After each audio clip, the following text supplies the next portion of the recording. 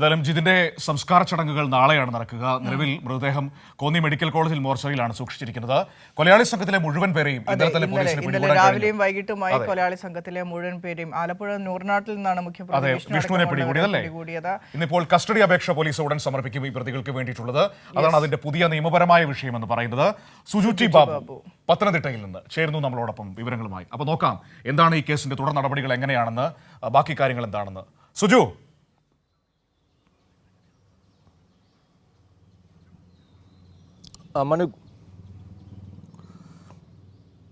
അപ്പോൾ സുജു, ഏറ്റവും സങ്കടകരമായ വാർത്തയായിരുന്നു ഇന്നലെ രാവിലെ നമ്മളെ തേടിയെത്തിയത്.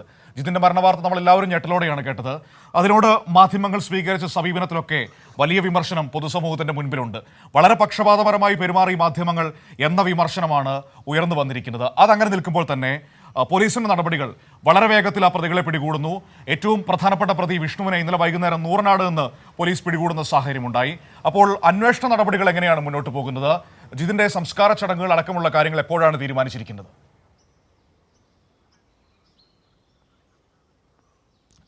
മനു, നാളെ ഉച്ചയ്ക്ക് ശേഷം 2 മണിക്ക് വീട്ടുവളപ്പിലാണ് സംസ്കാര ചടങ്ങുകൾ നടക്കുക. നാളെ ഇപ്പോൾ അങ്ങനെയാണ് തീരുമാനിച്ചിരിക്കുന്നത്. ജിതിൻ്റെ അമ്മ ഗീത ബഹ്റിനിലാണുള്ള.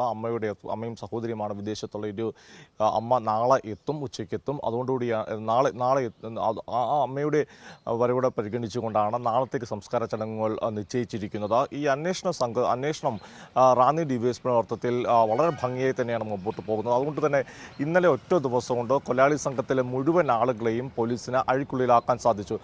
പോലീസ് കസ്റ്റഡി അപേക്ഷ പ്രതികൾക്കായി ഉടൻ നൽകും. ഇപ്പോൾ റിമാൻഡിലാണ് പ്രതികൾ.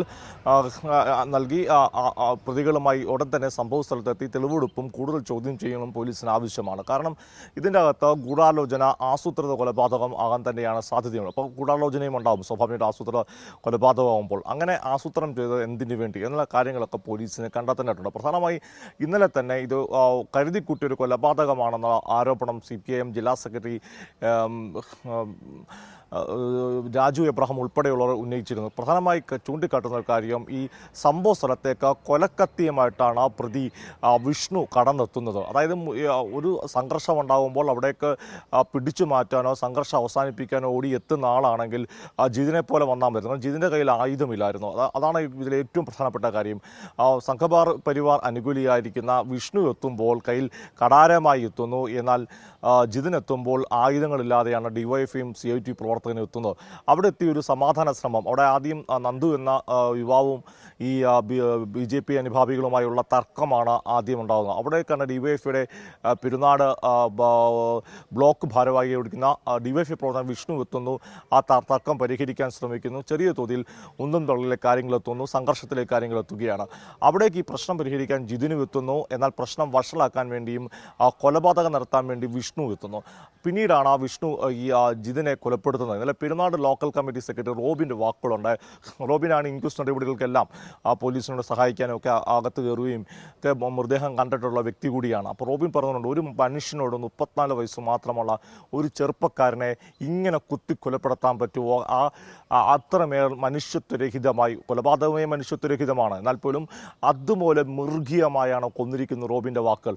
അത്രത്തോളം വലിയൊരു ക്രിമിനൽ സംഘം തന്നെയാണ് കൊലപാതകം നടത്തിയിരിക്കുന്നത്. പോലീസ് ഇവരെ ഇന്നലെ 8 പ്രതികളെ പിടികൂടിയിട്ടുണ്ട്.